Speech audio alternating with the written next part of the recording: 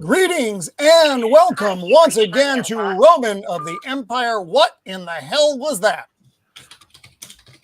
What's going on here, folks? You know, we come here each week to put on a pseudo-professional show, and it's just coming apart at the seams. You know, it's somebody things clip like that this. as we come together to put on a semi. You're gonna kill old Roman one of these days, guys. But welcome to the show. The numbers would at least improve.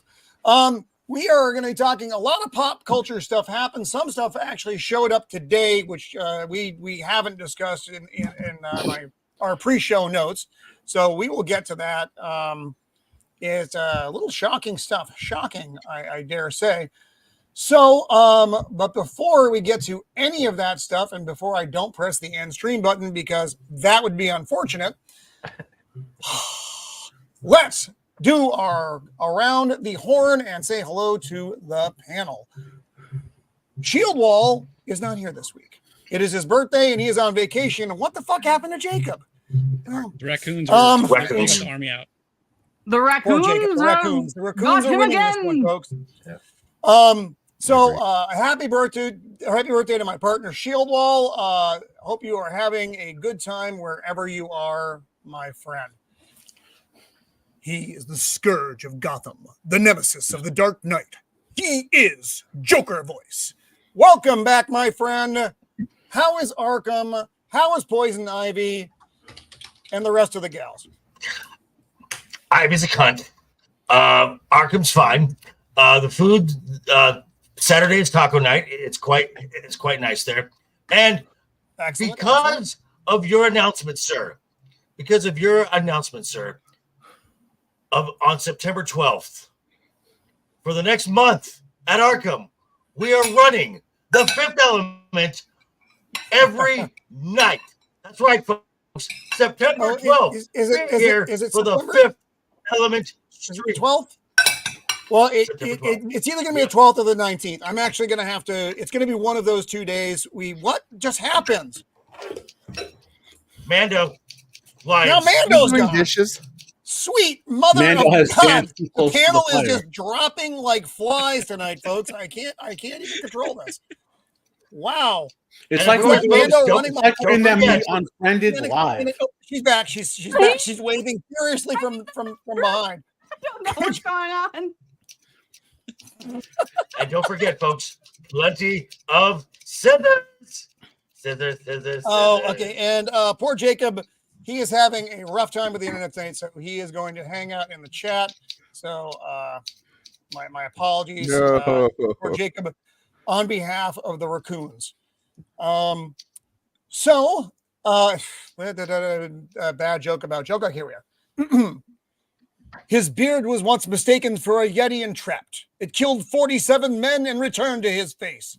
He is Beard of Liberty. Welcome back, Beard. How are you, sir? Please. And Joker, I'm right next to you this time, baby. Close proximity. It's alarming for everyone involved. I'm not going to lie. Happy to be back and cause a little bit of chaos. Apparently not nearly as much chaos as some people are causing. With Mando and her scissoring accident, she just scissored a little too furiously. Yep. No, I don't know what's wrong with my camera. My main camera has just decided to it just wants to shit on me today. So I don't know. Why you should have a backup camera. Wow, it's getting so weird early. He is the man who knows all the things about all the things. He is the unbearable 73, the dad it shouldn't be. Emotional content. Matt, welcome back, my friend.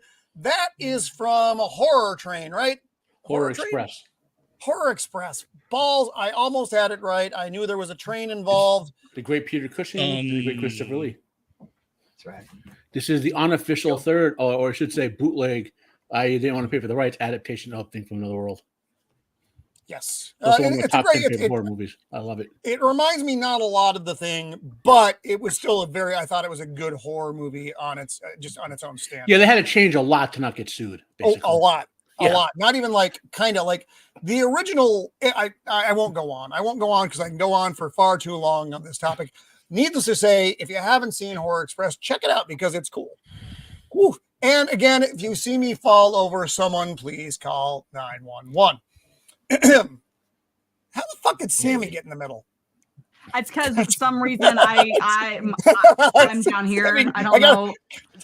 I'm gonna take this as you all. This is the patriarchy's fault that I am down here low. Yes, we are keeping the woman down. We've got one, folks, and we had to put her at the bottom. You're our bottom bitch, Mando. You're our root. You're our Danzo. You know. You're our I thought dang it! Squeak is gonna be so upset. Musician, prostitute. No, fuck. Go, just run with it. Sure. Hey, in the Biden economy, he's got to make money somehow. That's right. $20. I'm sorry. That was unintentional. I prefer man of the night. Musician, Sex worker. Pop culture aficionado, YouTube prostitute, man of the people. If you take a lot of that out, it doesn't sound right at all. Sammy, how are you doing, my good friend?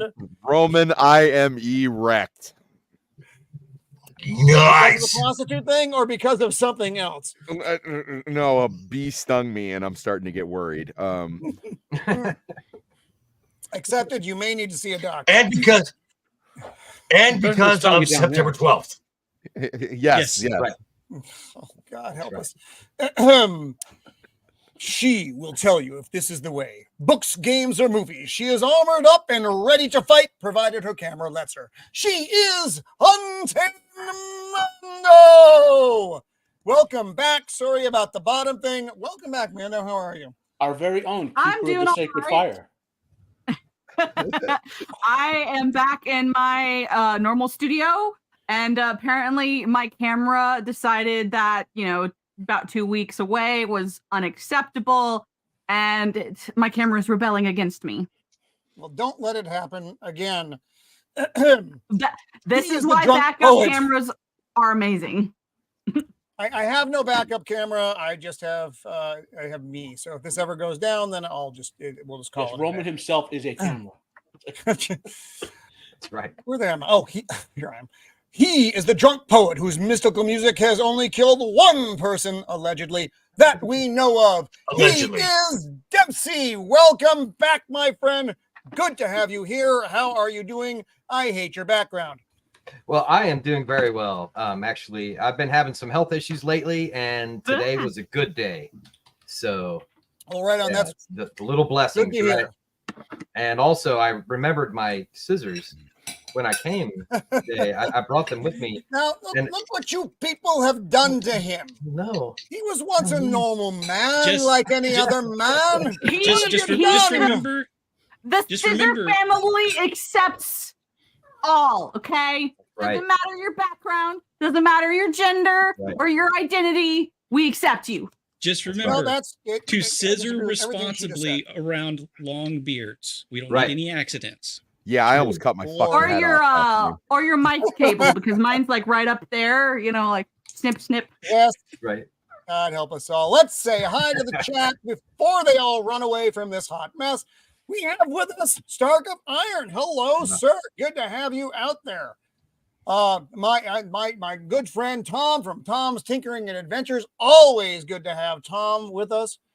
Interesting, Rocky Raccoon, who apparently he and his ilk have taken out poor Jacob Ironside, but it's good to have you with us.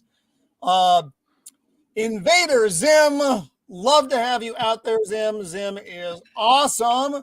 Jacob, who abandoned us because of the raccoon invasion. The IJP Mexican. I don't know what's going on either, IJP. Hello, IJP. It's time for everyone. The ever-loving Boosh McFadden. Welcome, my friend. And I think that is it for the chat right now. I'm sure I will miss it, and I don't have Shieldwall to help guide this tonight. So if anybody sees a funny comment that I have not gotten, please bring her up. I will. I want to start the show with a joke because we need to go into a semi-serious topic after this. The joke, oddly enough, is this man. So the way I look at this, at the risk of being mildly political, it's a retard wearing a t-shirt with a retard on it. I guess we would call that double retard. I fucking hate Stephen King so fucking much. Yeah, total retard. You need to remember, his brain's probably been replaced with like the residue of cocaine a long time ago. So. I mean, he was a longtime alcoholic who got hit by like a timber truck. Let's give him a break. You know, and as far as the cocaine goes, let's just say the 80s with their model of cocaine and capitalism, some of the best films ever made. Hollywood needs more coke, less woke. It's true. It's true. Yeah, when you got like 1980s George Romero telling you to calm the fuck down. We're going to just take a quick look at the box office that was. Deadpool and Wolverine obviously ruled the day. Something I've never heard of. Twisters is still hanging in there. And then there's this other one. We're going to talk about this. Go ahead. I will say this. Okay. I am happy to say that I've been wrong.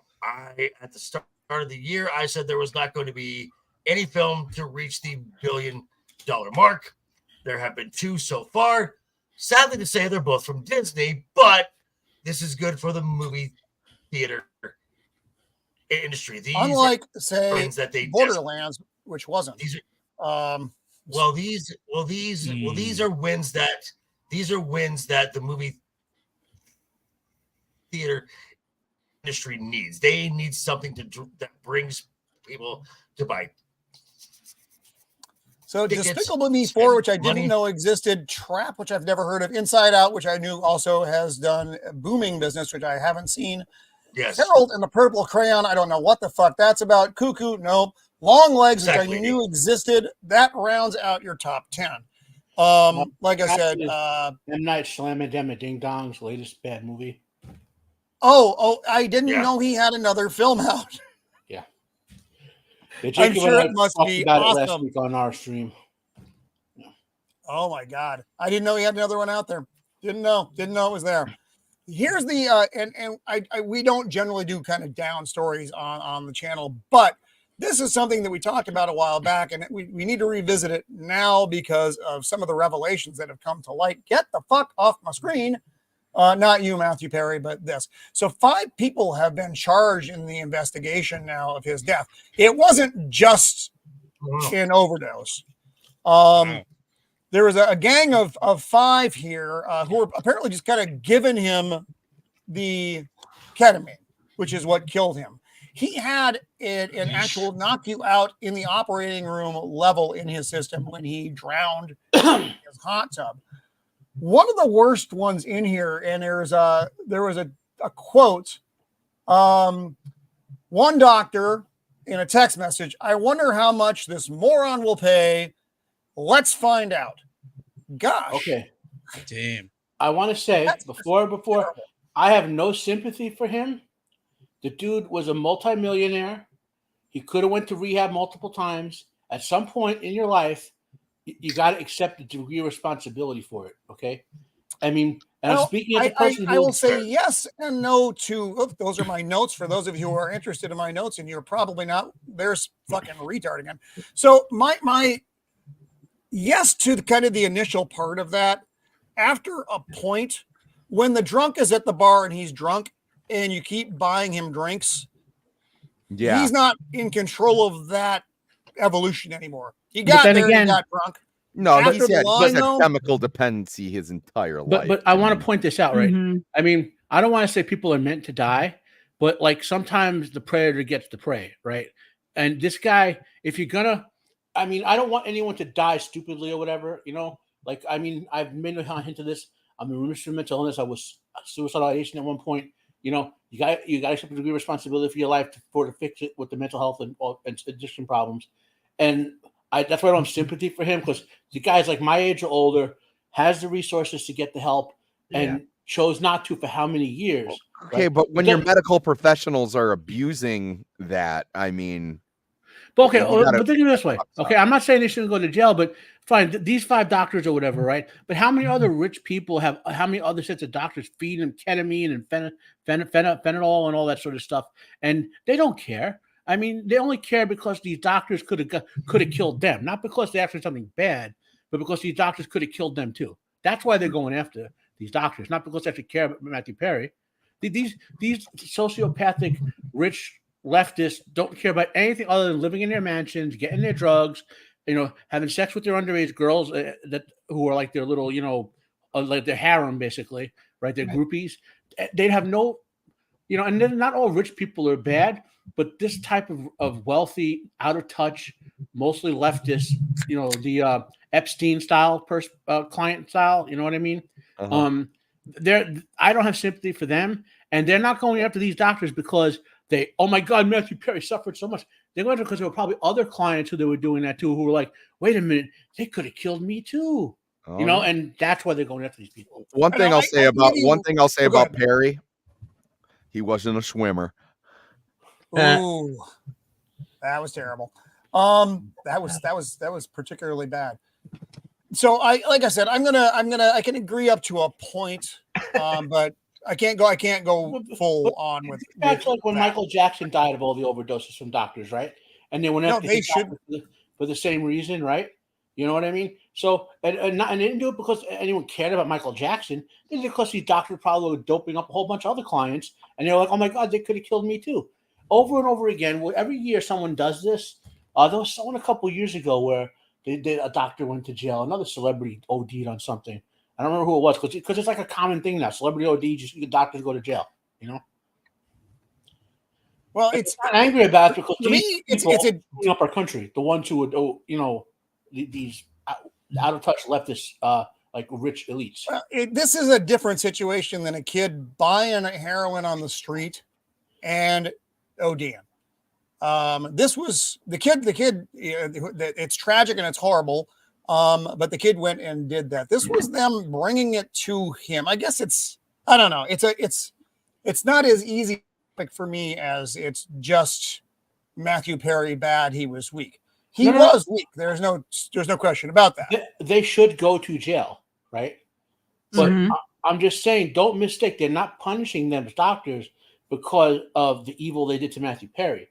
They're punishing because they said, "Oh my God, they could have done that to us too." Yeah.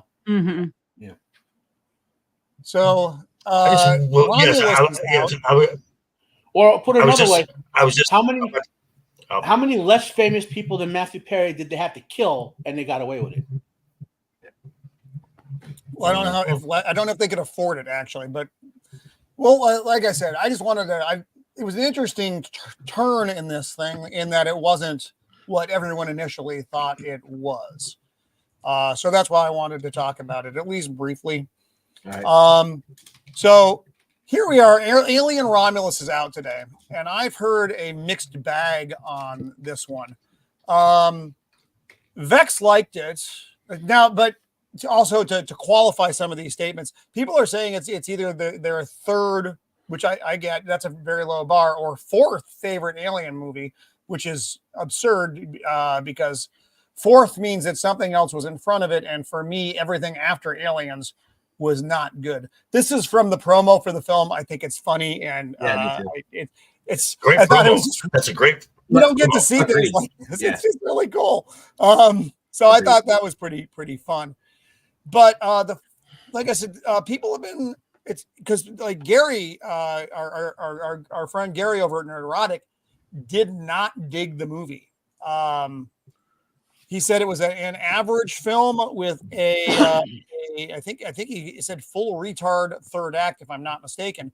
But like I said, it's been a mixed bag amongst our group of friends. I really wanted this movie to be great. I never assumed it would be as good as Alien or Aliens, because that's an incredibly high bar. Yeah. But beating the other ones isn't that difficult. But I want it to be just a movie that I'd like to own and have in my collection. I want it to be that good of a movie and not just something I rent and go, all right.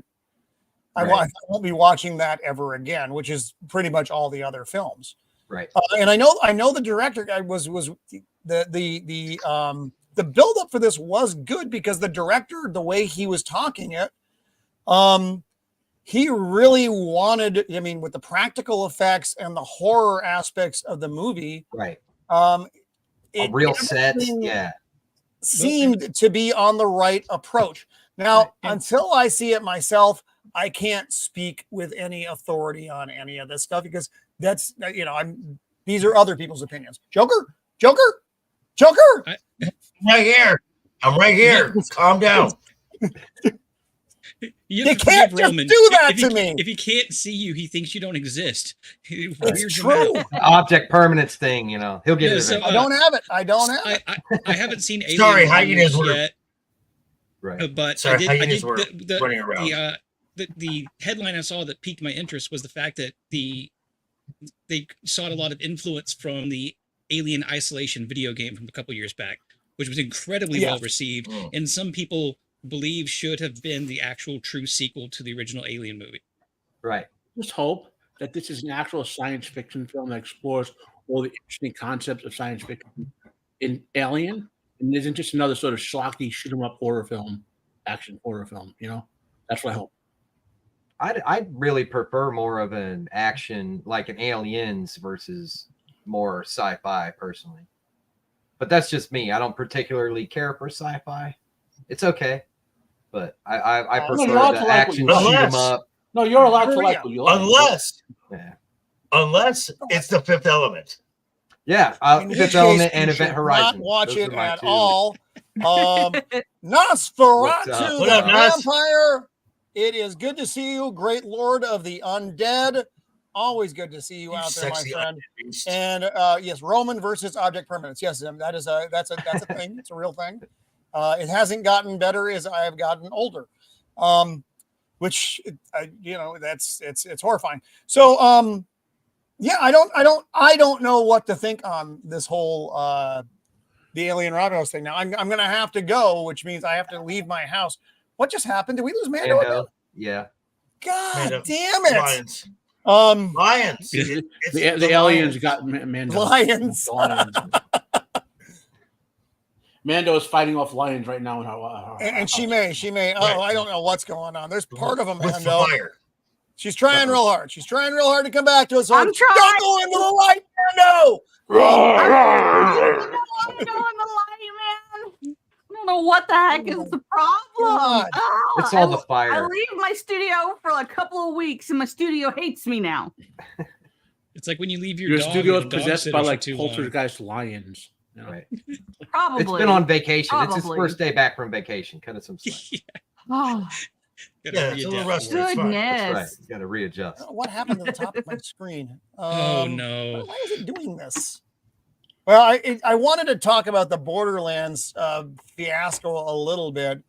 I don't care about Jack Black or Tenacious D. I didn't care about either. I used to begin with, so they are inconsequential in my life. Let me just say this: this was a bad Borderlands movie, and just a bad movie overall. But anybody who played Borderlands 3 or knew Tales from the Borderlands saw this coming from a mile away because their writing has been shit. Dog shit for years. And Randy Pitchford, who ran that studio into the ground, who ran that franchise into the ground, was an executive producer on this. And he was the guy who afterwards was out on X saying, give our movie a chance, which is not the way you want to market a film. No, I've gone on several rants about this, so I need to shut up now or I'll be going for 20 more minutes. You talk. Get it out of you. Get it out. Don't do the 20-minute version, but get it out. Get it out. Share your truth. Share your truth, Beard. I don't have my thoughts in order. It took me 24 hours to write like a 3-paragraph review on this because it was just so dumb. I kept going around in circles of the stupidity of it. The casting is all wrong. Everybody's too old. They rewrote key characters' backstories to basically fit the ages of the characters they had there and to create unnecessary drama that was felt completely manufactured. And okay, so I'm going to stop. I'm going to try to stop doing the comparing it to a game because we say a movie needs to stand on its own. You don't need to have to do the homework to enjoy it. Doesn't matter. It's sometimes terribly written. It's if you took the worst of the most falling flattest Guardians of the Galaxy jokes, dipped them in dog shit, and then left them in a hot car for 6 weeks. They're that bad. Nothing lands. Nothing's funny. The characters are uninteresting. The main character, Lilith, what's her face? I can't remember. I don't care. I'm in a rage mode right now. Jamie Lee Curtis? No, we'll get to that. Preach, brother, beard, preach. That's right. Kate Blanchett? Kate Blanchett? Yeah. Justify. Great actress. Terrible for this role. Her character, the entire movie, is basically hating everything and everyone around her. And it's not like a kind of a cheeky, fun, charming way, like maybe Snake Plissken. No, it comes off as like when women try to be stoic men. It's just bitchy and cold. And Jamie Lee Curtis's Tannis might as well have not been there. She contributed nothing, absolutely nothing to the film. It was only a plot point. And that's also Kevin Hart. He was only a plot point for a manufactured fake out for an emotional moment that wasn't emotional at all because they didn't build up any love for the characters. Other than that, he was an outlet for Lilith's like hate and ire. That's the only reason he was there. And the bad guy, uncharismatic, unlikable. Bad guys need to be likable. That's a reason people like Hans Gruber as a bad guy. But this guy, he's just bland, and his story is basically man want power, man bad, corporations bad. The end. I'm done. Yikes. I love this quote from the writer. Critics, or takes aim at critics, claims most have never created a single things in their lives that they're proud of, and the rest are just straight up bigots.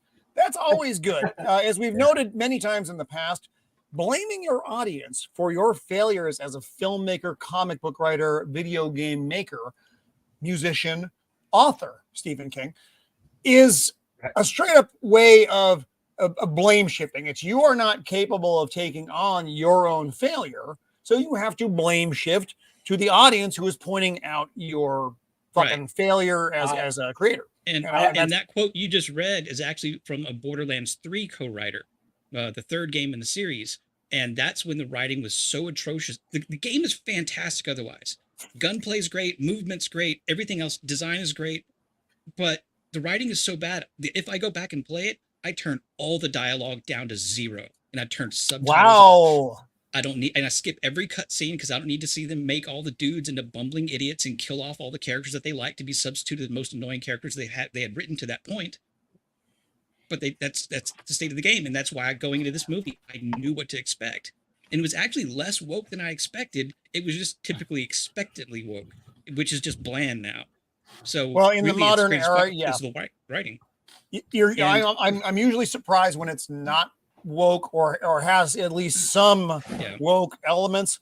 So, like when you get a movie that is actually a good product, you're like, fuck, that was a good product. So, but most of the time, 99% of the time, you're at least expecting, let's call it 3 to 5 jabs of fucking woke. More than that, it's largely unwatchable. Less than that, and you're just happy that it didn't happen. And I didn't say I was finished, but I will finish with paraphrasing one quote from a brilliant reviewer that I read recently. I wrote this.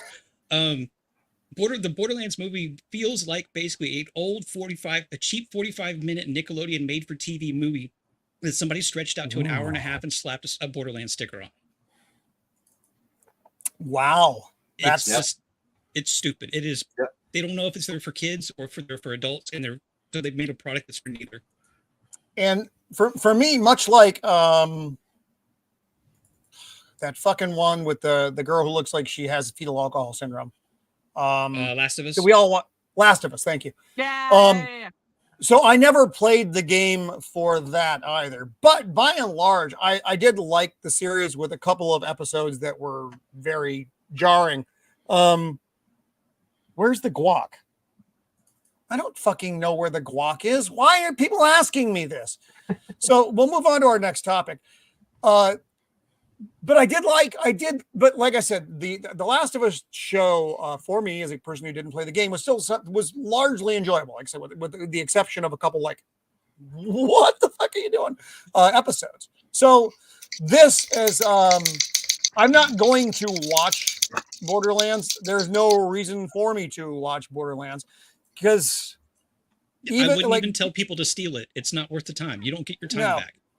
So this is a quick one, but that's Nos. Yes, that's exactly what I'm talking about. Thank you for bringing that up. I still have my my commercial that I made for that. I thought it was pretty good. I find this interesting. I don't. We talked about it a little bit over on my friend John, the Creative Blue Guys channel on Monday. So Tron Ares, most of you have forgotten there was a second Tron film. I believe it was called Legacy, It was horrible. which may or may not even reside in the faintest parts of your memory. So Tron Ares, the music is by Nine Inch Nails. I think I like Nine Inch Nails. I like they haven't really produced the anything music in a is long going to time. be the best thing about the movie, I suspect. And it may be. I like Trent Reznor and Atticus Ross. Now, usually, if they're doing a soundtrack, and they've done a lot of soundtracks, it is Trent Reznor and Atticus Ross. It's not Nine Inch Nails, because if it's just a background music-y stuff, which they've done in many, many, many movies, it's those two guys. They've never done a soundtrack as Nine Inch Nails. So I don't know what to expect out of this. I'm hoping it's cool. Well, I'm like I said, even if that's the coolest part of the music, if I get a good soundtrack out of it, I'm down with that. I didn't like Kill Bill, but I like the soundtrack. Well, I'm going to look it up, but the question is Nine Inch Nails doing a score or are they doing a soundtrack? There's a difference, True. Yeah. Now, Nine Inch Nails, for me, is just a wannabe. It's just a wannabe. Is a wannabe ministry. So I can't stand Nine Inch Nails. I like Nine Inch Nails way better than I like Ministry. I don't prefer Ministry. Ministry. Well, you're wrong. I think has a couple of good songs. For me, they're just too jarring. It's just not my bag. Although Nine Inch Nails has some jarring stuff too, but it's not Ministry. Like I said, I just don't. Ministry has a place, but I'm not going to sit and listen to a Ministry album. I can listen to songs from Ministry, but I'm kind of in the same boat. Great album. Which one, Joker? Great album. That's the one that had New World Order on it, right? That's the New World Order album. Yeah. Yep. See, I know these things. I was like, I'm not versed in the stuff. I just like what I like. And actually, in that song was a really cool song. I mean, that's probably a lot of people like me. That may have been their introduction to Ministry. Okay, so Nos is right. It says that they're doing an actual score. Nos is not wrong. Nos is not wrong. Which one? I don't know. There's is Sammy okay? Sullen? No, my wife was just texting me. That's all. She's not feeling good. Although I think that's funny too. Roman, I did a little quick Google foo. It says they're doing an actual score, so not like maybe a bunch of songs, but an actual score. I want to get that on a T-shirt so bad. Your favorite band sucks. I mean, that just could be people typing stuff. I have no idea what the difference between the two is, but that's true. Well, it says score on here. I mean, this is on Dark Horizons, which is one of my kind of go. Yeah, Dark Horizons is pretty good. Sites for info about things that are coming up. And again, this isn't like a long topic kind of thing. I thought it was just interesting that no, not. I agree. Well, that's like that fucking Ben Affleck and the pretty blonde girl where she fakes her death movie. Gone Girl. Gone Girl. Thank you. So they did the soundtrack for that as well. Interesting. Right. That Hell or High Water movie, same kind of thing, but. Go ahead, Joker. I personally think the best score soundtrack just for me was Queen of the Day, which the score was done by Jonathan Davis. Yeah. And goodbye. That was great. Well, it was done by a whole bunch of people, but he did the voiceover for the movie. To be technical, that's the soundtrack that, like, with all the different songs. Like the score would be without the words of what they just played melodic. Right in the background, there's a lot of violins and We lost Mando again for those of you who didn't realize. That's really great. The and the one from The Crow is great. Yeah. And then you had well, my all-time favorite movie score is Conan the Barbarian. So agreed. That's fucking brilliant. Yeah, 100% agree. That is. Yeah. I got to go see that. It might have been 2 years ago now. The Fathom events put that back in the theaters. Right. And me and my Matt the drummer went to see that. Man, it was that's one of the movies that such worthwhile going back because I was too little when it came out to see it in theaters, or I was young. Yes, sir. Have you ever watched these? Have you ever watched some of these things where people go to like a big concert theater or whatever, and they'll be playing the movie, and they'll have an orchestra playing the score as the movie's going. Oh, amazing! Yeah, they just amazing. did that in San Diego for Star Wars. Nice. I myself didn't go because I don't leave my house very much unless I have to now because I fucking hate people. So, Good but reason. it's just one of those things. I realize that's another thing I realized about myself. Dempsey and I were having a little conversation before. The many things I'm just realizing about myself. It's like it's getting older is a little bit weird. The way I look at hobbies and social functions. So our Zax is here. Hello, Zax. Always good to see you out there, my friend. Mando, you're back. Back the great returning Mando. What?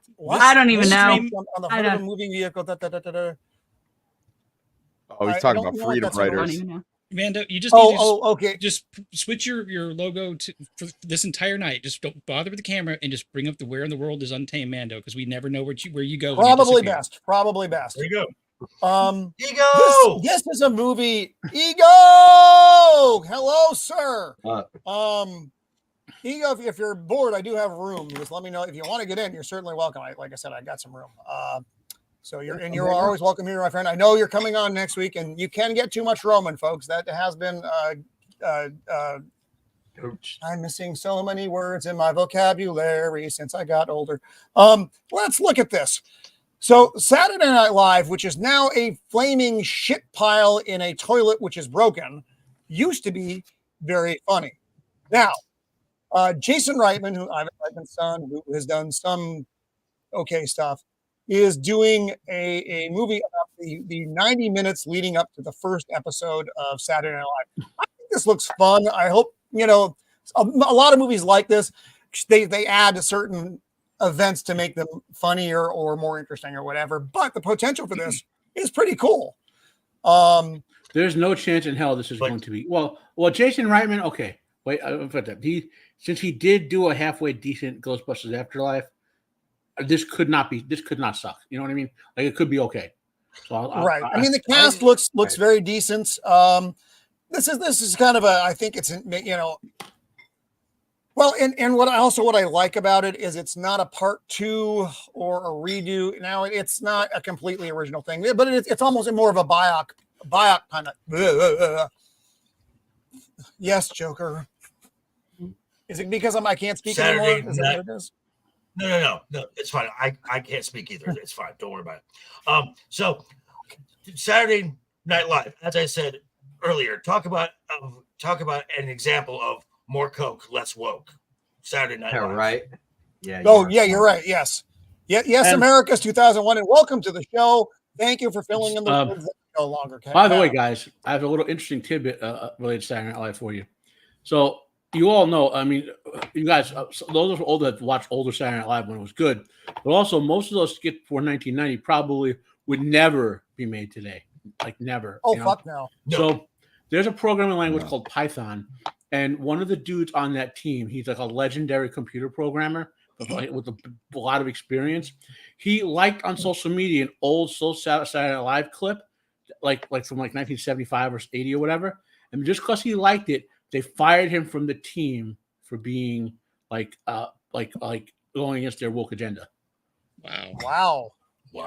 That is yes, Knots, you are so Norm true. Macdonald Knots, was you are so true. He was the Gem. how about that, OJ? Yeah, Norm, I agree with that, but breaking news from California. He was the last breaking news from California. Murder is now legal in California. Yeah. I don't think most of them gave a fuck prior to that era. Now, my favorite Norm line. Hillary Clinton has decided to leave the presidential campaign trail, citing wanting to spend time with family and doing what she loves best, killing people. Yeah, he always gave it to Hillary. It was hilarious. Oh yeah. And then there's this. Because she loves to lie. She is never leaving, folks. She is never leaving, and this confirms that. When you get the big win, that's how you know she is ever. Okay, you know what, guys? Fucking Okay, so leaving. Roman, are you saying that when you're going to make us, because you're going to, when you're going to make us watch Skeleton Crew, we should all praise it like it is the greatest thing ever. Yeah, and then you're right, Joker. You're right. Yeah. We all got to go to that movie, buy Blu-rays of it, make it the best Star Wars film of all time, and then she'll leave us. Get her out. Smart. Get her out, folks. The power is in your hands. You know what, my Kathleen? friend. We're gonna put it right here, right on the fridge, so everyone can see it. Yeah, right. No, what would happen is they'd be like, "Oh, well, she made a bunch of money. Let's keep her." No, that's of course. No, she's never leaving. She is never leaving, folks. Right. It's just never gonna happen. Unless someone drops a house on from Kansas. True. Right. No, I love John Candy, but he was Canadian, and that's why he died. So here we have from fucking Disney and something that I hate. Fucking Incredibles 3. I liked Incredibles. I even liked Incredibles 2. Here's the fucking problem. And how many fucking times have we had this conversation? Make something new for the love of God. Which only can be followed up by their talk of making fucking Frozen 3 and Frozen fucking 4. Frozen 3 has been delayed to 2027. Okay. But good news, a fourth one might be on the way. Yeah. That's some George R.R. Martin level, not finishing your thing and moving on to something else. I will say this about my brain froze, R2. I will say this about the Incredibles. To date, it is the best Fantastic Four film of all time. I will disagree. I can accept that. With the exception of the Roger Corman. There we go. Of the Roger Corman. Roger Fantastic Four is still the best Fantastic Four film of all time. I don't know what Kingdom Hearts is, Nas. Which is video game. But Dempsey, okay. You are a summer child, Dempsey. Martin isn't even in the top 10 of famous sci-fi and fantasy authors who spend decades trying to finish series. He's just current. Yeah, he's just maybe the current most famous one for the public, right? But I have a ton of books like David Gerald's. I think he's 80. He's still trying to do book 6 of a great science fiction called The War Against the Kator. David Gerald's a Star Trek TV writer for those who don't know. Yeah. And he's still working on it. He's not so there's other sci-fi and fantasy writers who 10 years later, 12 years later, here's book 6. Finally, it's like weird ass final. And so Disney characters and weird ass Final Fantasy characters. Okay, I don't know what any of those. Kingdom Hearts. Even people who like those games can barely explain the storyline to you. It's so convoluted. They're like that's episode 2.5. By the way, if you all want to see something funny, go to YouTube, Conan O'Brien, George R.R. Martin clips. And Conan did a bunch of spoofs on what George R. R. Martin was doing. We have a camera on George R. R. Martin's house, so we can see him actually writing the next book. And they would go there and they show Big Martin doing flips into the pool. Yeah, we got a mouse in the house. Oh, we got a mouse. Where's the mouse? Where's the mouse? Hello, Miss Mouse. Called me on the bottom. I'm sorry. That's where she likes you. Happens when she likes you, Mando. So, do you want to say hello? To be the bottom. Excuse you. We have all of our Twitter watchers out there. So thank you for hanging out with us tonight, Twitter friends, and our friends on YouTube. We got over 30 live viewers right now, and we appreciate every single one of you. Thanks for hanging out with us. Then there's this, which is not good. Also not good. You're on the bottom Joker? because you're Mando. You are on the bottom because you're part of the foundation. So, Roman, I'm cool with this now. Oh my God, that Mando, he just accidentally did another Naruto reference, like when I called you Root, and the foundation is Danzo's organization that he trains the Root people in, the knee. Anyway, because that was my plan the whole time. Yeah, because Joker, you're awesome even when you don't know you're being awesome. There you go. So I can't show this trailer because we will get a copyright strike. Right. Because Disney is hitting everybody who is showing Roman their stuff right now. We talked about this movie last year. Like, remember when it first came out and it was going to be horrible because they were not dwarves and all that. And then the Daily Wire was doing like a correct adaptation. And then we actually looked at like art. They were going to use AI to erase all the film except for Ziegler and Gal Gadot to basically like realistically animate like actual looking dwarves and stuff in it and attempt to fix the film. Remember, this film's been gesticulating for like 3-4 years now. Fucking time. And then yet now she comes out and slightly had to go political here because Gal Gadot is hold on. I already got it loaded up, buddy. Yeah. Go ahead and talk about it. Yeah, but this was so her. So Gal Gadot, I mean, in Israel, everyone is served by law. Like, there's no option about that, right? So I'm not saying she was the man, like an awesome. She had to serve, but she did serve honorably and all that, right? So, and she's and obviously she's incredibly beautiful, and she's a decent actress, not a great actress, right? But obviously she's pro-Israel, right? Ziegler's one of these crazy Hollywood lefties, and is basically like Free Palestine. And reportedly behind the scenes, Ziegler has been like slamming Gal Gadot for being like a genocidal Jewish person and like all sorts of crazy stuff. And Disney supposedly someone in Disney is like, and this is a rumor I saw 3 days ago. It was floating on Twitter. It was like someone saying it was one of we all have links or whatever. And it was like someone inside Disney is trying to get her to shut up and she won't. Right. Weird. Yeah, if her name had been Gina Carano, she'd have got fired for that. Yeah. So what they should do is use AI to erase Rachel Ziegler from the film. Right. So and then get an actress. With all due respect to Rachel Ziegler, who's halfway decent looking, okay? Snow White's supposed to make the queen not look average, Right. And no offense to Rachel Ziegler, isn't even like if Gal Gadot is, let's say she's a 9, Ziegler's like a 4 compared to Gal Gadot. Okay, the woman's a legit supermodel, and we know what she looks like from Wonder Woman, so we know, it's like,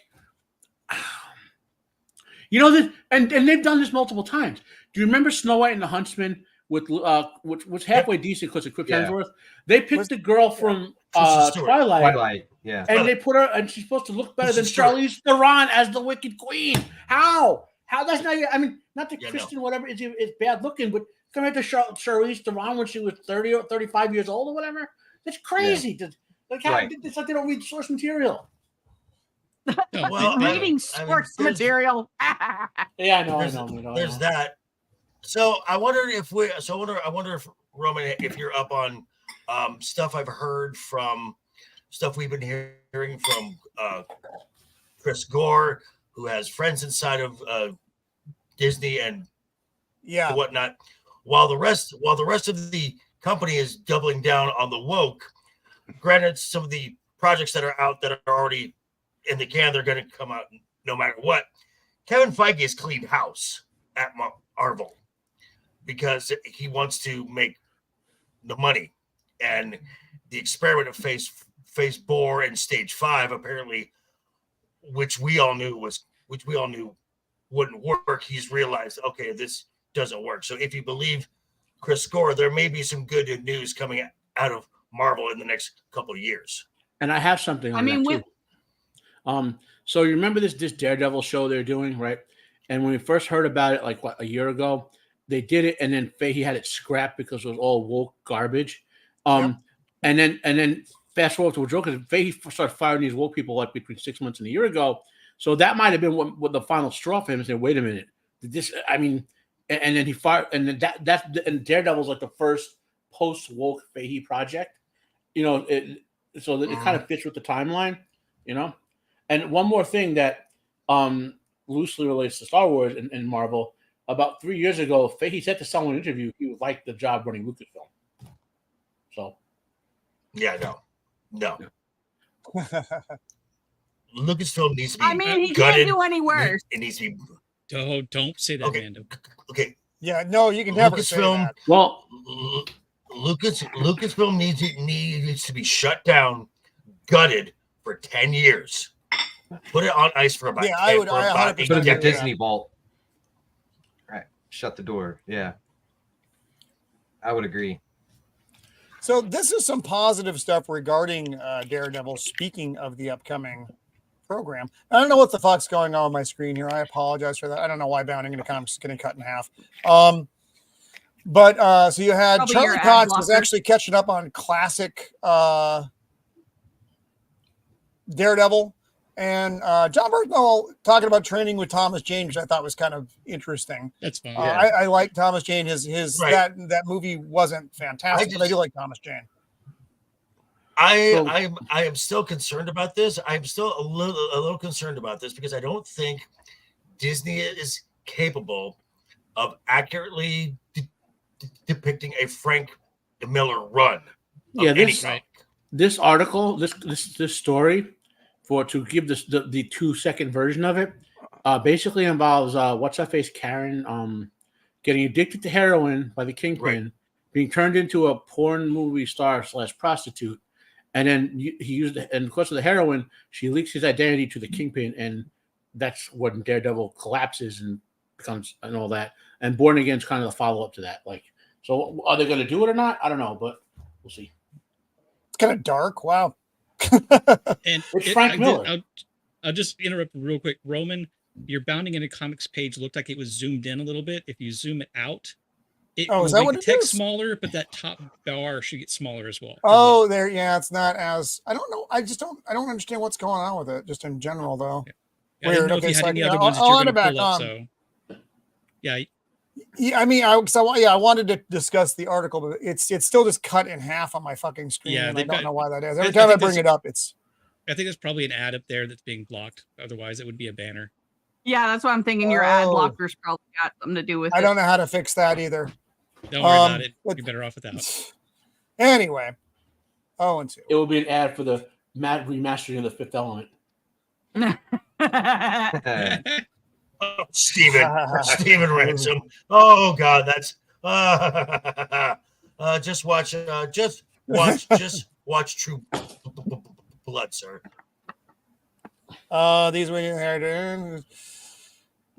So Daredevil did go through some major changes because they were talking about a lot. They had cut Foggy and Karen out, and then the backlash was pretty heavy, so they brought them back. At least in they were halfway done. Well, you can't do this story without Karen. You can't. So, just in general, whatever story they're doing aside, and I think I said this on After the Weekend on Saturday when we talked about this a little bit, was the Daredevil Netflix show was great at the start, less so towards the end. Punisher was great. But at the time that was happening, I mean, I didn't mind season 2. I didn't go back for season 3 for Daredevil or whatever. I actually liked season 3. I didn't like season 2 of Punisher though. I thought that was. But yeah, the thing here to remember is I'm not hallucinating. The thing to remember here though is that Feige wasn't running the Marvel TV shows at the time. I forget the guy's name, but that had been pushed. Yeah, that had been pushed. Yeah, had been pushed off to him, and basically Feige didn't want to have because originally there was going to be crossover between the TV universes and the movie universe. That's why you saw like Agents of S.H.I.E.L.D. reference the aftermath of Thor 2 and things like that. But then they started fading away from that because they were getting pushed aside from the MCU and what Feige was doing. So everybody who says, "Oh, look, they're bringing these actors back," I don't care. The people who ran the show are not the people who are going to run the new show. So Marvel, it might be good. I hope it's good, but I have my doubts. When Ike Perlmutter merged into Disney, Marvel movies was separated from Marvel TV, right? So Fahey ran Marvel movies, so to speak. The Netflix TV shows came from Marvel TV, which was Ike Perlmutter. Agents of S.H.I.E.L.D. came from Marvel movies, which was Fahey. Correct. Then what happened is they merged Marvel TV back into Marvel movies, and Fahey canceled the Netflix universe basically after that. Correct. Yeah, I didn't remember all the details because I don't follow the behind the scenes like you guys do, but I did know that there was a disconnect there. So just because they're redoing these actors doesn't mean anything. Yeah. Then there's this. I'm going to turn my monitor off. Let me know when this is off the screen. God damn it. I was Still haven't watched it, and I won't. No, don't. We got past or we got to about episode 3. And that's as far as we got. It gets a little better after was, episode 5. I cannot. Okay, I'm going to say something, and this is going to sound horrible.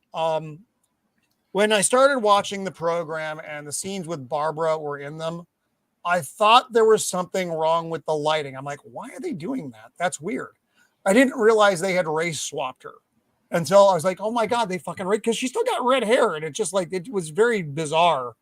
And then it's like, oh, then they race swapped Jim Gordon, of course. Mm-hmm. And then they made Penguin abroad, voiced by Minnie Driver, who I like from some random 90s movie.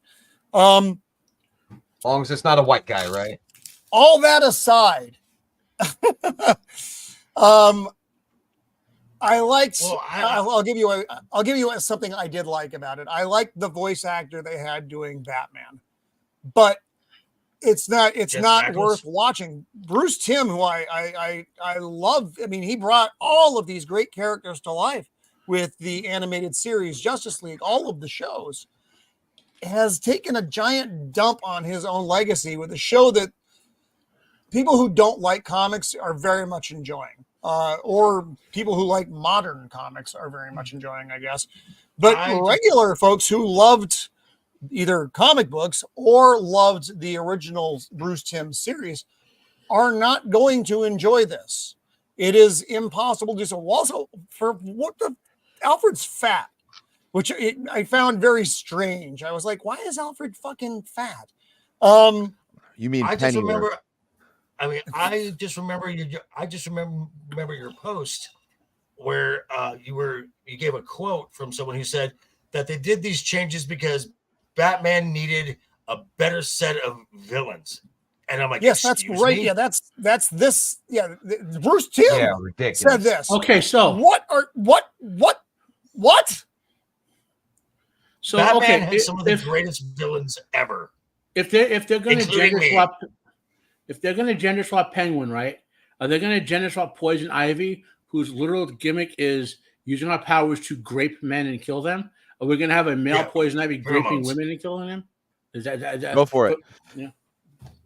No, my thing is, you know what?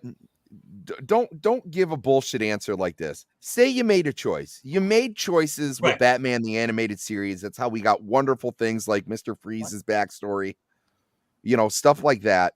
But don't, when you're asked about it, don't for the first time like panic and go, well, Batman doesn't have any good villains.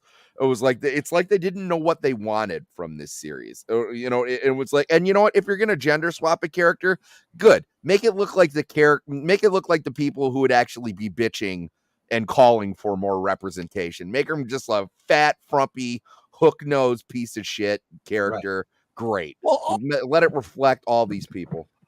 And Sammy, did you watch it at all? Did you bother? I watched the whole thing.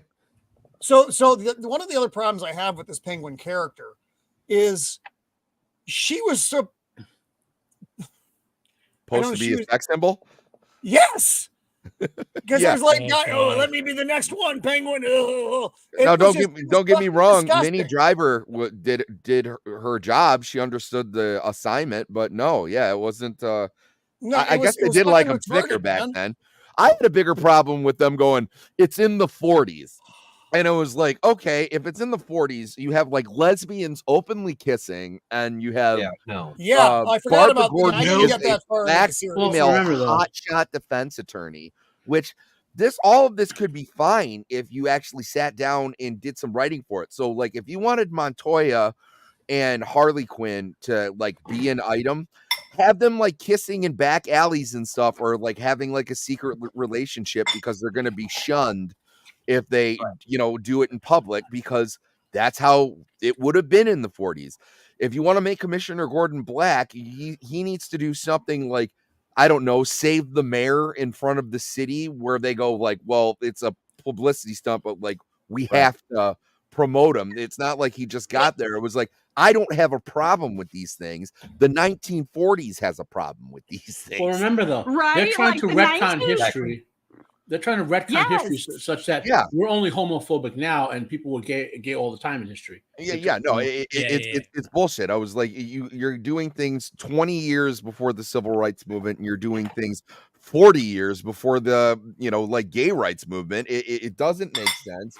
And even though like I know their first argument's going to be like, well, you got a guy jumping off of buildings dressed as a bat, and I was like, that being said, that character was actually around in the 40s. So, okay, that was like, they didn't have any of that shit. So if you're saying you're going back to your roots, this is jarring.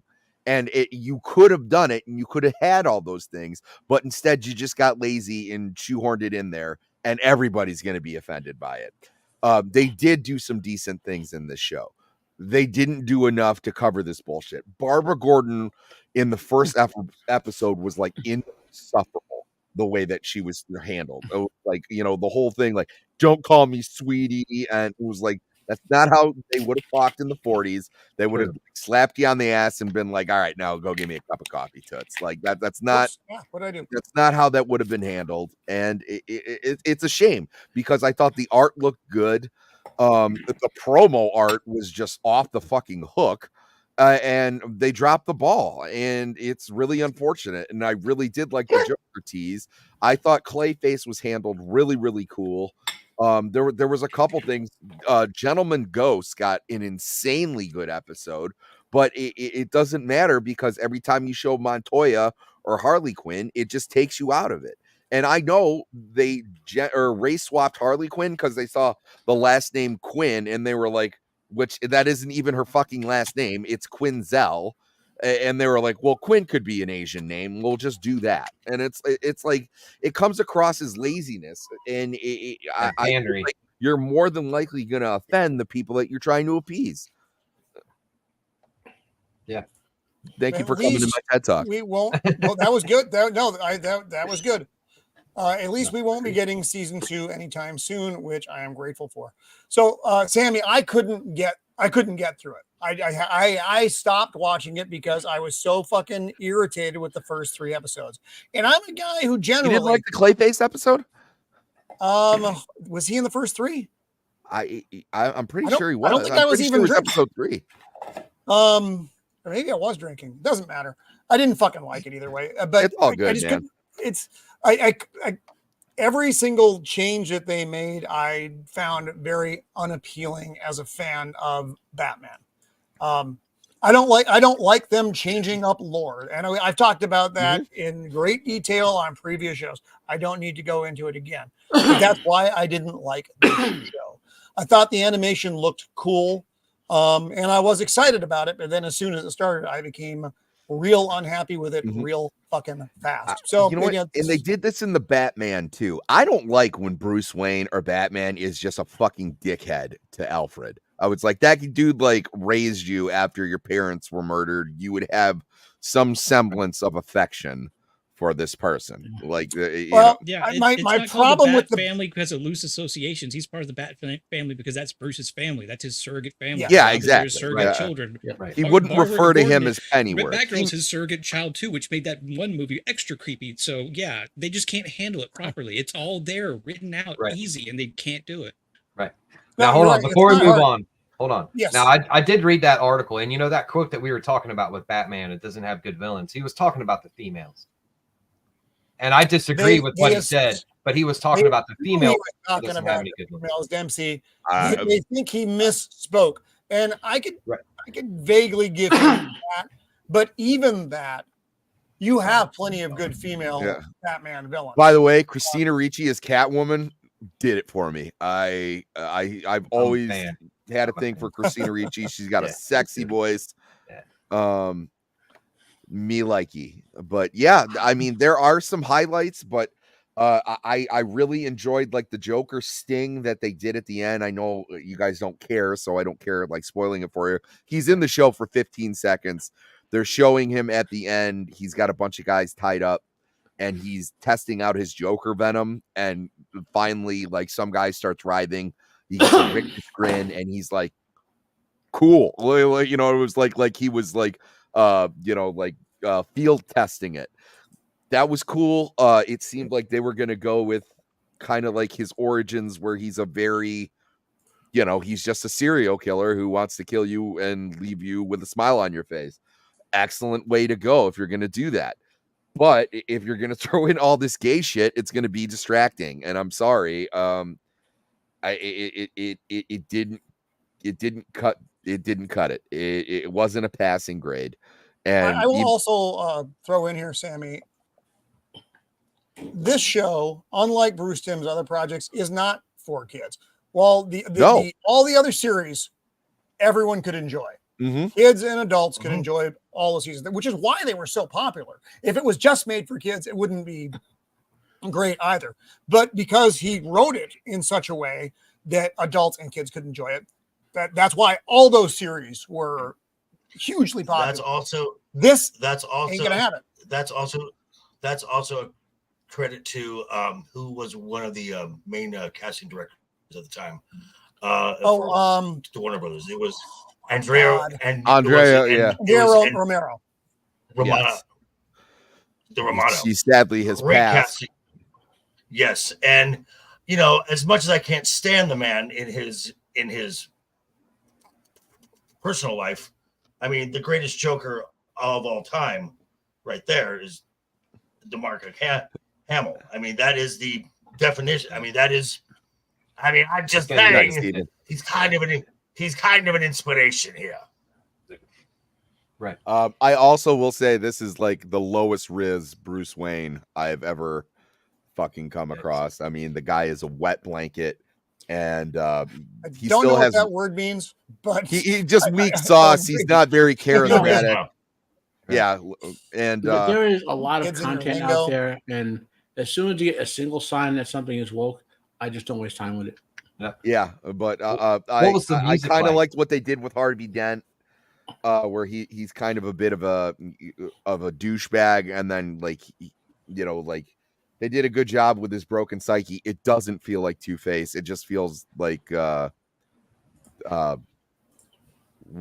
fucked up face. It doesn't feel like he's battling anything. He just kind of feels like he's bipolar, where he just has is it closer to Tommy Lee Jones's Two-Face, where he was basically doing a discount Joker in that one Batman movie? No, it's kind of like he just has a very low temper threshold. So like he'll after he makes the turn, someone will talk to him, and then and they'll be like, well, it's hard to describe. Where let's just say they're at a restaurant and they're like, he's talking normal, and then all of a sudden the waitress is like, no, we don't have Coke, is Pepsi okay? And he's like, oh, fuck you, I don't want Pepsi. It's just it's jarring. It's not that good. Wow. Yikes. And then later he goes, oh, what's wrong with me? And it's like, dude, half of your fucking face is burnt off. Like, what are you talking about? It's stupid. It's really dumb. Like I said, this is not going to be season 2 is a ways off. Thank God. Maybe I'm completely misreading this series though, but it doesn't have the legs that Batman the animated series, all the great series that Bruce Timm did in the past. I mean, he's just another creator who's maybe past his prime. Well, let me say this about most series that are animated. There was already a season 2 baked in, just because it takes so long to do all this process that they have enough episodes already made for 2 seasons. So a season 2 it would not. How many episodes were in this? 10. I don't know. 10. So how many episodes were in the first series of Batman the animated series? Probably like 30. 26. Like 26, fucking a lot. I think. Yeah. So 10 episodes? Fuck off, you weak cocksuckers. Yeah. Well, you remember though, can't do it anymore. The Batman animated and Superman animated series were aired on like broadcast TV, so they had bigger funding and they needed to fill at least weekly episodes. Huh. Another 65. 65. Another thing too, Yeah, that's what I'm saying. It was 65. It's just jarring. Like the things that they do, like they didn't do their homework. Where there's this one part 10. where they actually had a reporter running around like doing like an on the scene thing where he was like going door to door with a fucking ribbon mic, like interviewing people like for a live broadcast for the news. And I was like, dude, this technology is not going to exist until like after Kennedy gets assassinated. What do you know? It was like that you would have to be running around with like a full film deck in order to record that audio. Like it's like you could have at least fucking Googled it. Like it's not hard. Like there are aspects like he doesn't have the back computer. He's working, you know, in the back cave, and he's got like little maps. It's very low tech. It feels like he's just getting started. That part is cool. And then all of a sudden he'll be like, oh, I need to check this out. Like pull out this bullshit device that like has no business being in the 40s. And you're just like, what the fuck are we doing here?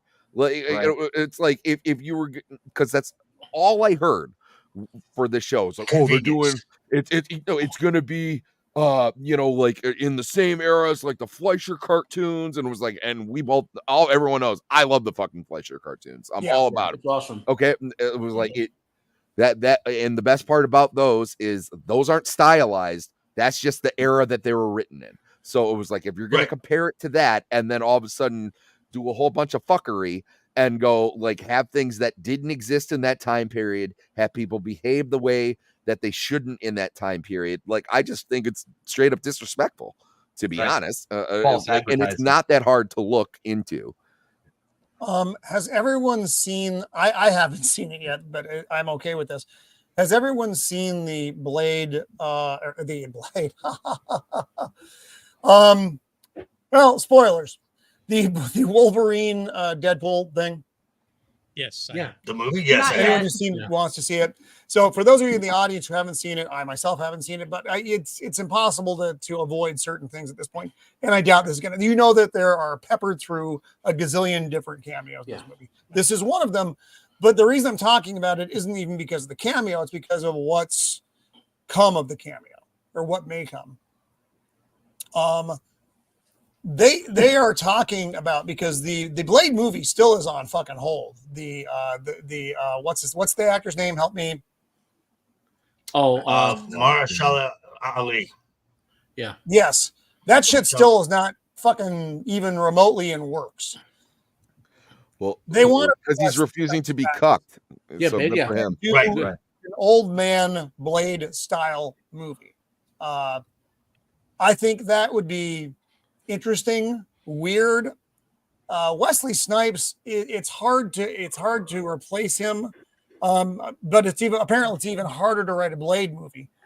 But I would love to see a old man Blade, or something that gives him a respectful exit from the franchise. Oh, hey, Jana, good to see you out there. Hey, Jana. Yeah. I mean, that would be good. And they won't, because it's Disney, but they could like hit the gas pedal on this. Well, do it for a moderate budget and have everything done before they get to their like Secret Wars, and then use that as a chance to switch over to a new Blade, since they're going to be switching everything out anyway. I will say, if Ryan Reynolds just made a $1 billion movie under his control, he might have the pull to do a Blade movie. Say, look, I just made $1 billion on, you know, so let me do Blade 4. You know, it's like, I personally do not want to see the Wesley Snipes as Blade again. It's kind of like seeing an old sports team, like an old sports athlete that's past his prime, and it's just kind of like, why are you still here? You should have retired, or an old wrestler that is just in the ring and has no business being there. I don't know, Joker. Clint Eastwood doing westerns as an elder statesman. He pulled it off. His later movies, when he's in his fucking 90s. But Unforgiven is lauded as one of the great westerns. Yeah. Joker, what are you talking about? Joker's not. It's not his fault. He's insane. Just let him go. Yeah. But so that's what I'm saying. You can't just write him off because he's not ancient. Oh, I'm just teasing. But he's aren't vampires supposed to stay I think it young? could work. He's only half. Remember, he's a half. Well, that's true. So he does get old then. Well, in the comics, no, but Right. like a movie Blade, they could just say he doesn't does. mean anything anymore. Right. Well, that's what I'm saying. Like old man, like it could go either way. Think about Arnold in the new Terminator movies. Well, the idea of That's old right. man is not Agreed. that he's old. It's not that he's old. It's that he dies at the end. You know, that's the idea of it. You know. Yeah, well, Well, I don't want him de-aged. in the comics, that Blade would- didn't have like powers and stuff until the movie. He was just immune to vampire bites. Sort of. He had powers, but vampires weren't very powerful. You know what I mean? Like the only powerful vampire at the time of Marvel was Dracula, who was so powerful they had to actually banish him from existence. For Yeah, they had to pretty much. yeah. Right. Okay, we've got a couple things left, and then we'll call the evening. So the D23 showcase looks exactly like you would expect it to look. Fuck this show. I don't know who's excited about this show. We won't be covering this, so I will spare my panel members of this. We will not fucking touch Agatha all along. Because I care so little about it. I don't even care enough about it to hate. Here's a case of woke eating itself. So they all complain about, you know, like of minority actors and women and older actors not getting roles. Agatha Harkness is supposed to be like a septuagenarian. Like, so why can't they get a good older actress to play the actual character? But no, they gotta get a younger, more good-looking woman. Get Helen Mirren. Yeah.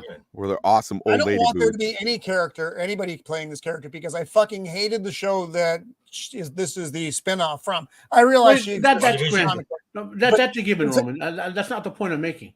It's like they have an opportunity. Like the woke is so woke. It's like screwing itself over. You know what I mean? Is you can't be woke enough. Yeah. I mean, they always eat their own. Right. Brave New World. I don't give a fuck about it. I'm not going to see it. Not gonna Okay, see whoa. it. Okay, Sir? hang on though. But talk about one of the worst marketing ideas because the original title was New World Order, and now they go to Brave New World, and I'm like, that's not an improvement. That's not. Well, Brave you got to remember, World, Brave New World is a terrifying story.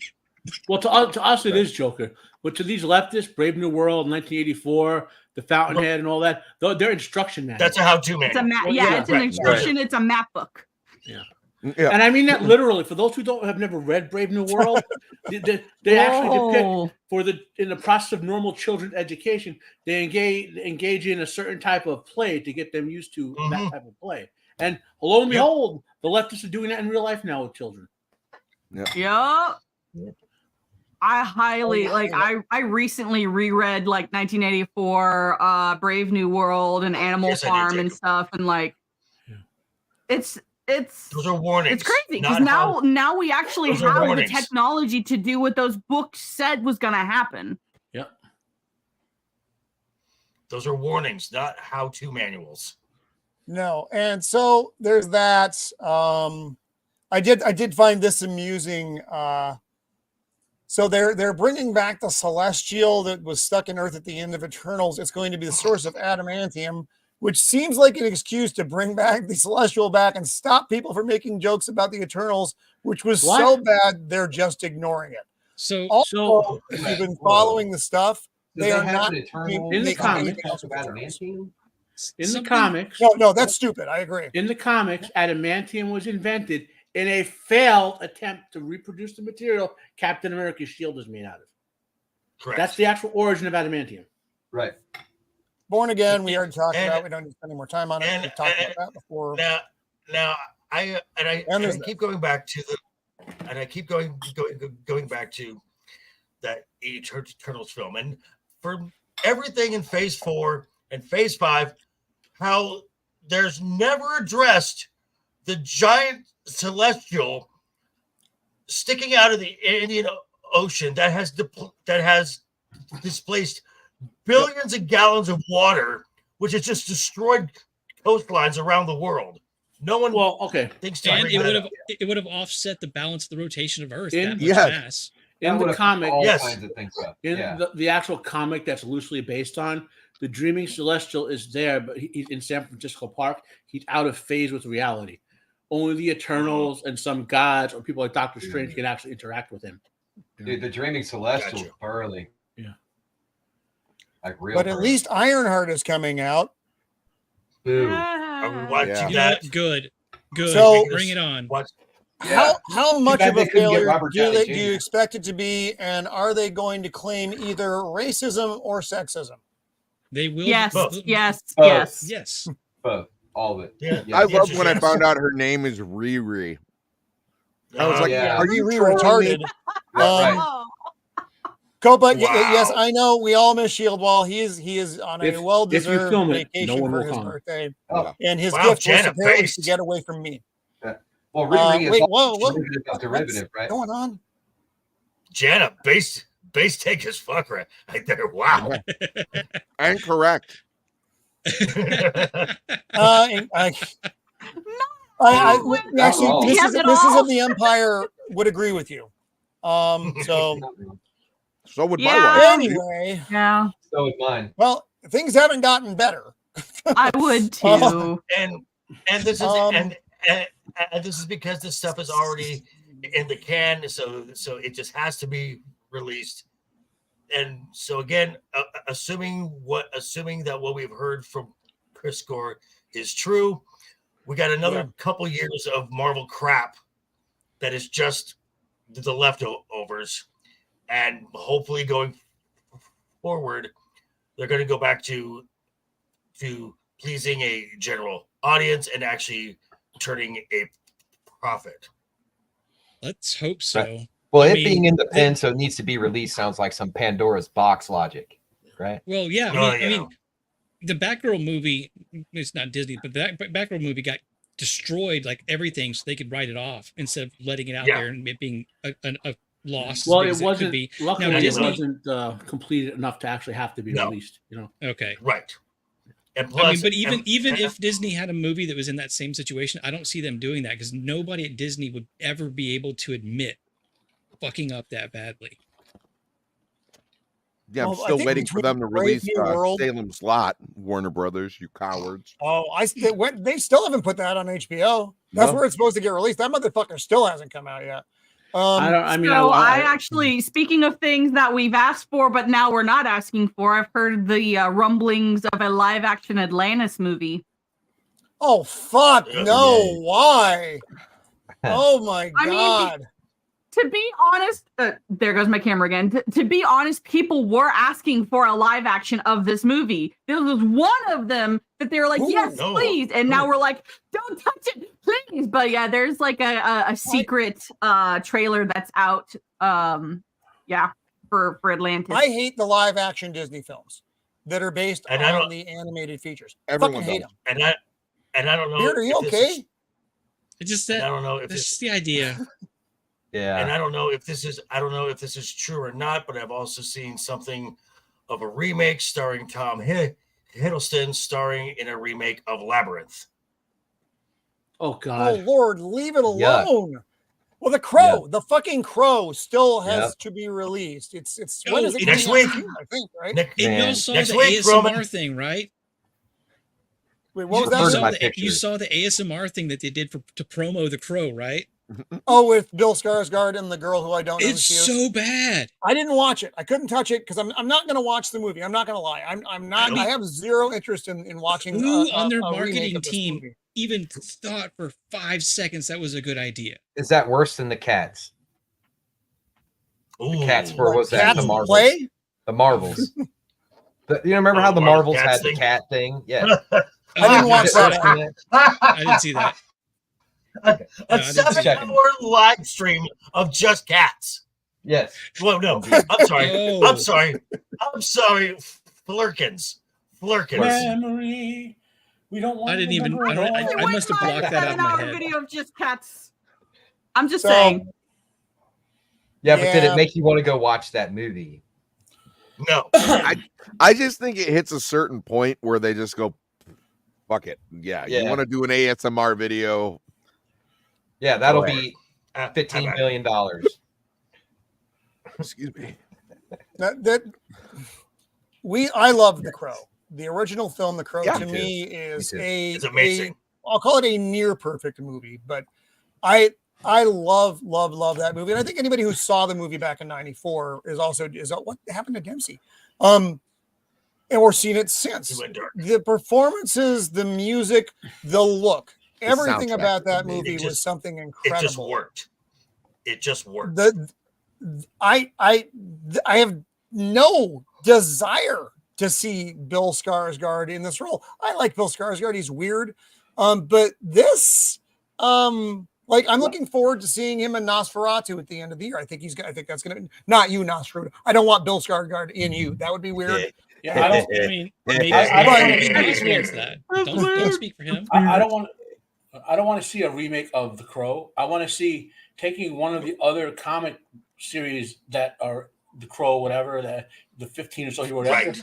take one of those and make an actual good movie out of it. You know, not the horrible sequels. Correct. All the second ones. No, the Crow sequels were bad. I agree. There's so many the second iterations one's of okay. The Crow, They were horrible. and they keep going back to Shelley and Eric, and it's like it reflects nothing in that story.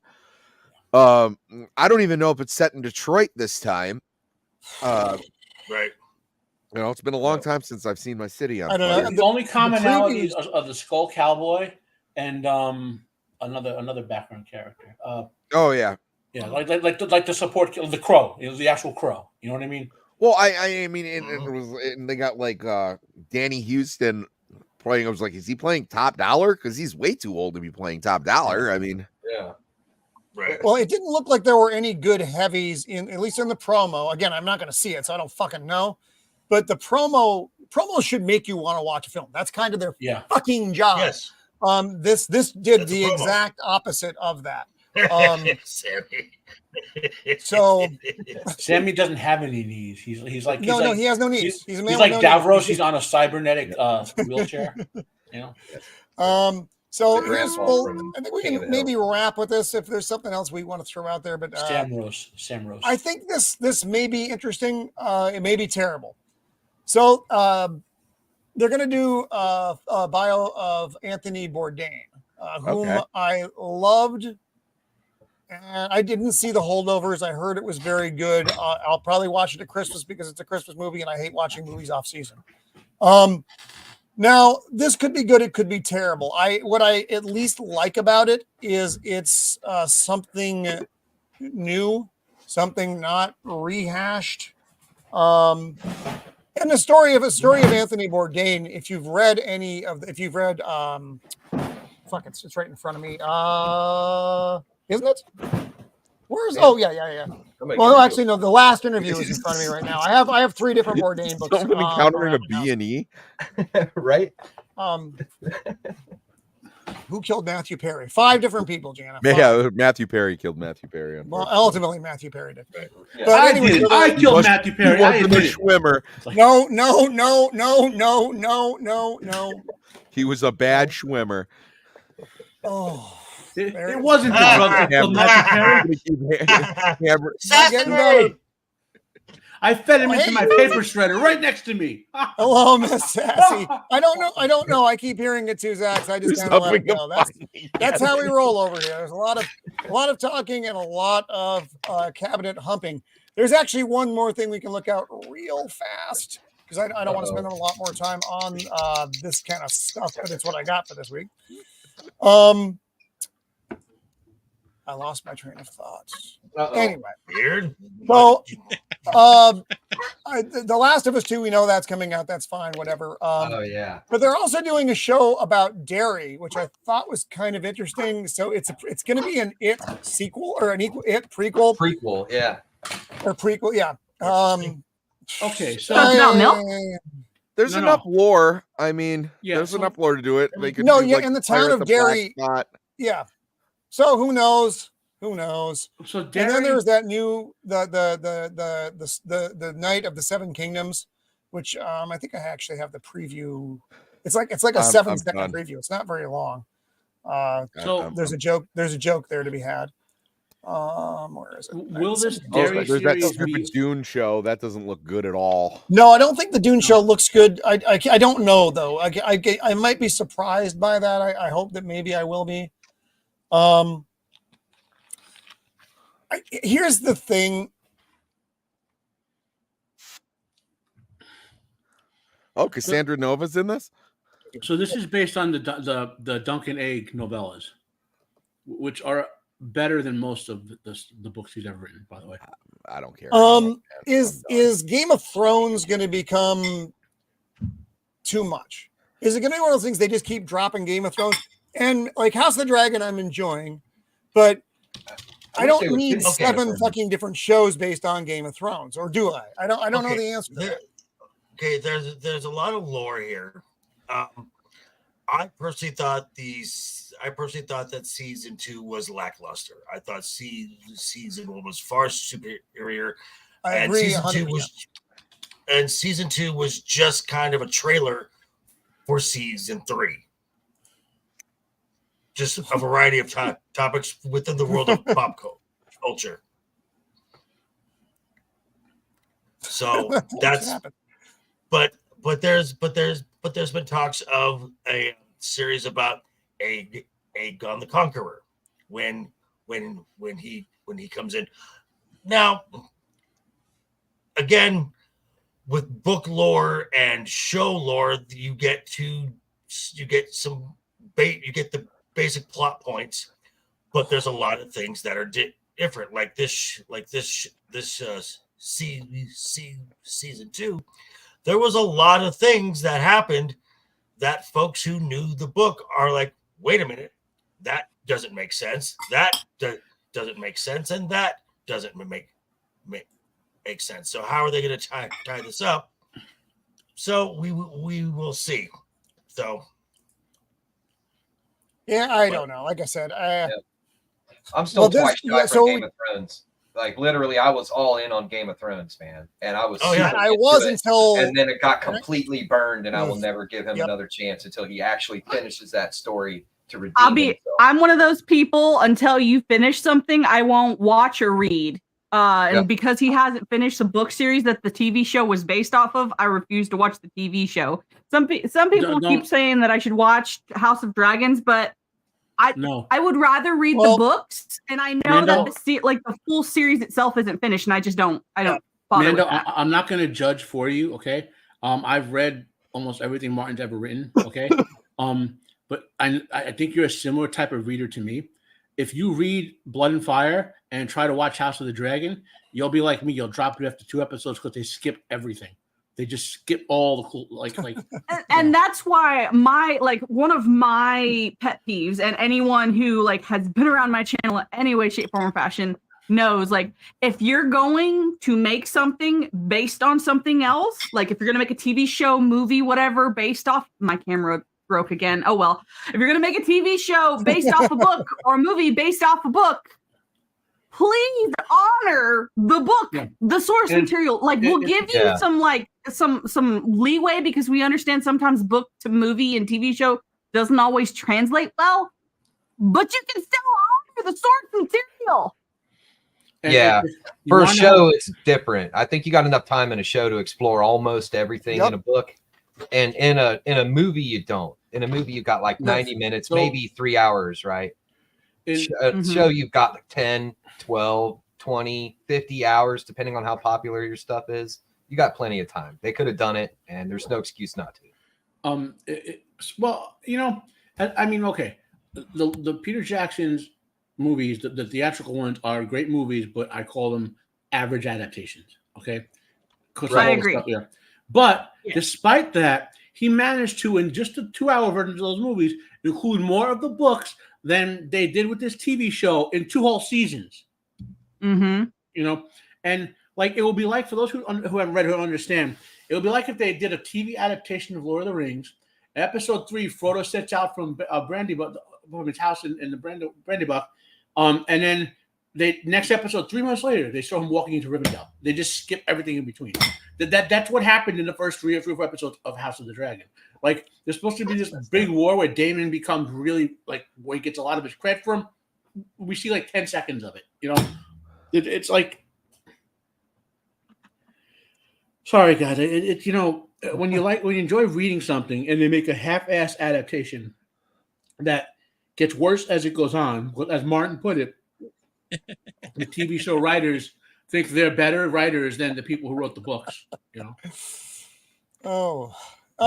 Flaccid, you showed up just in time. And on that note, my friends, we are going to wrap for the evening. We covered an awful lot in the amount of time that we did tonight. So I think it's Shieldwall is a talker. Shieldwall is a talker. No, I joke. I kid about my friend who wasn't here because he's not here. That's what you're supposed to do. None of us hate it when Shieldwall talks. Let's be honest. When Shieldwall talks, everybody listens. He could be reading the dictionary, and I'd still enjoy listening to him. The voice of gold. We love our friend Shieldwall. He's like our own E.F. Hunton. So let's go around the horn, see what everybody has coming up, and then we will say our adieus.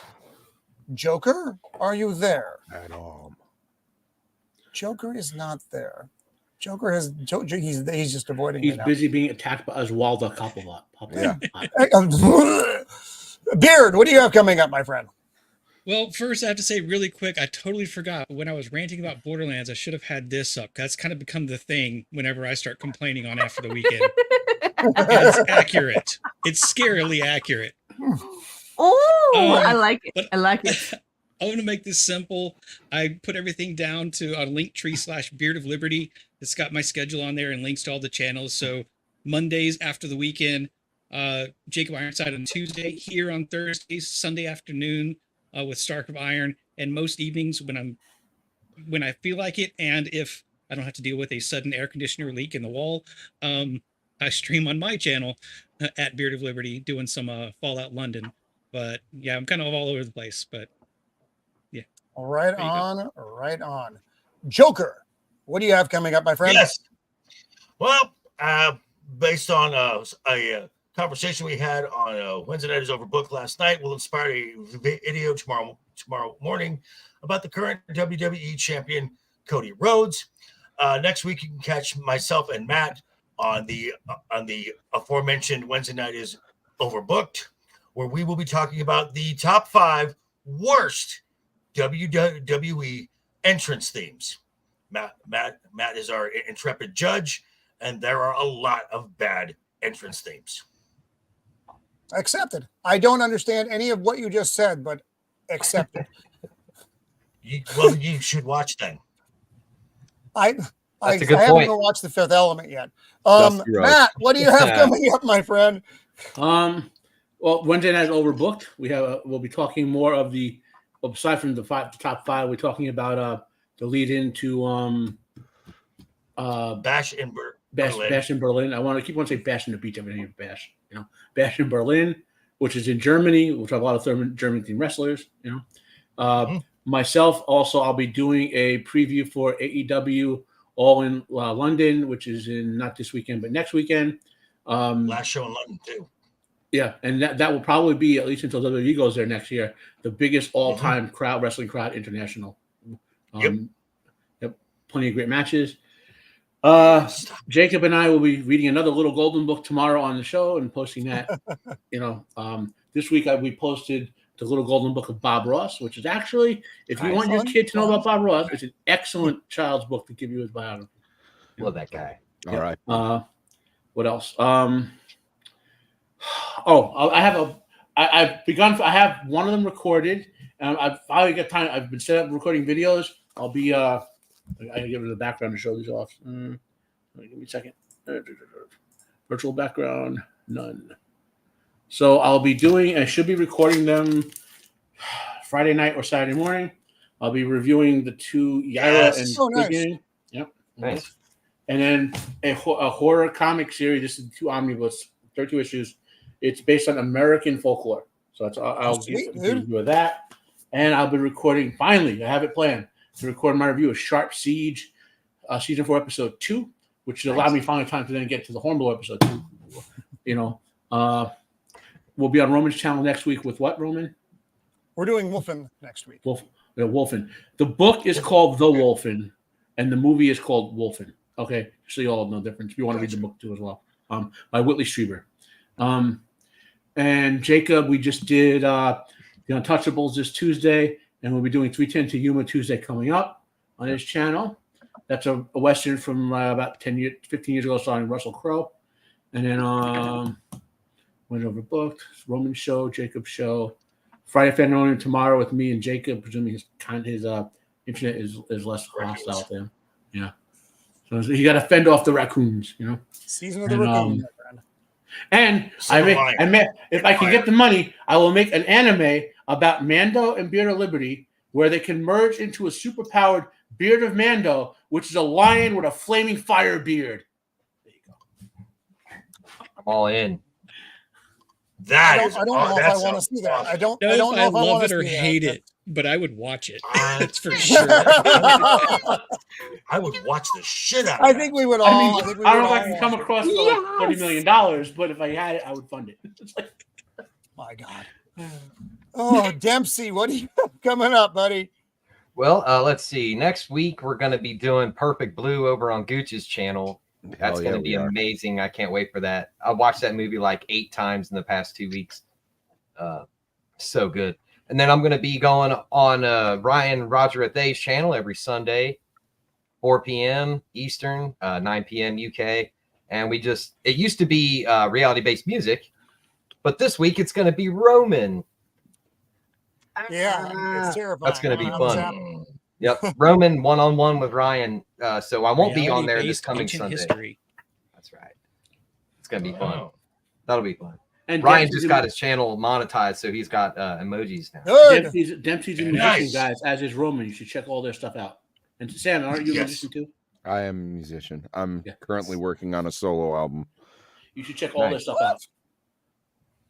Nice. Links are in the bottom. Links are in the description.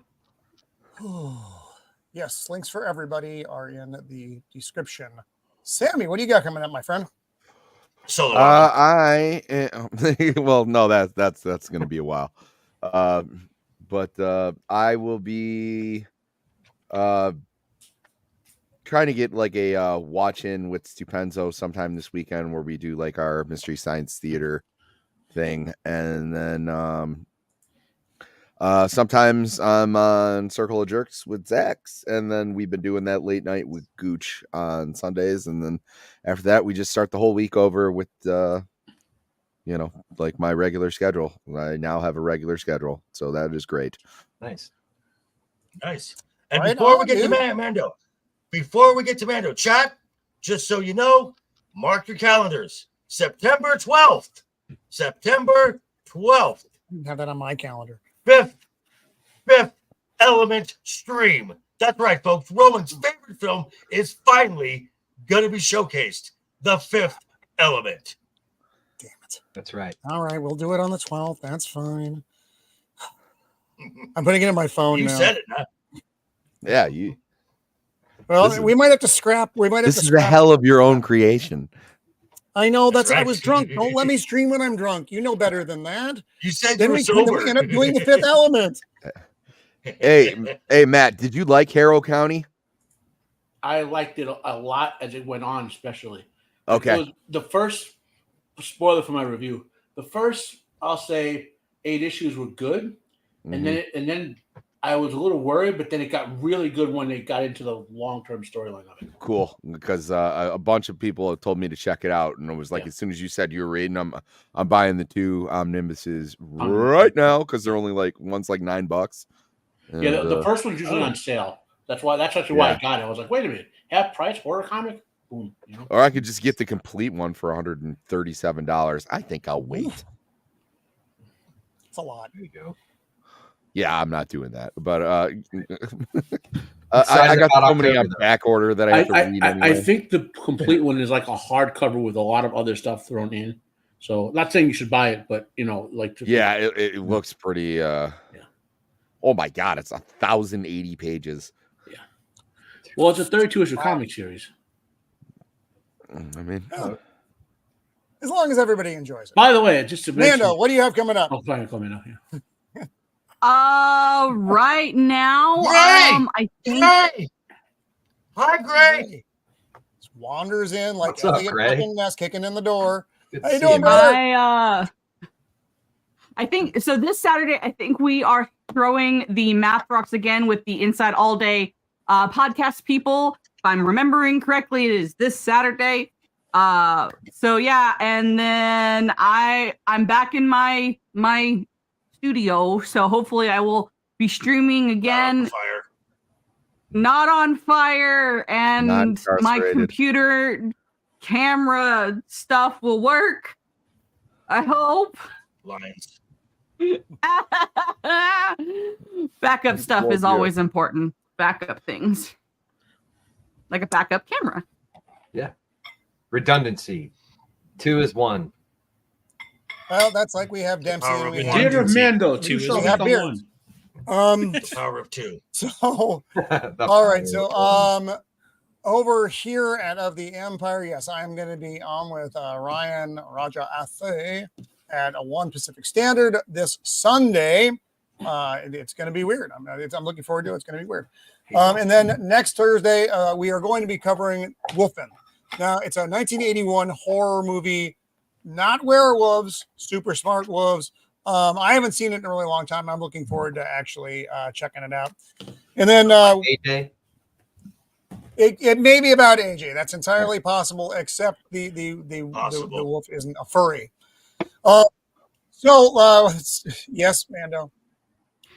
No. Some Mando, people like to call me a furry because I like werewolf stories. So well, liking a werewolf story is not the same as wearing a werewolf. True. There is the difference. So So you're I mean want to famous. say thank you to our channel, or to our fuck my brain. Thank you to our panel tonight. Which you can watch Love you live guys on the OnlyFans page. every week.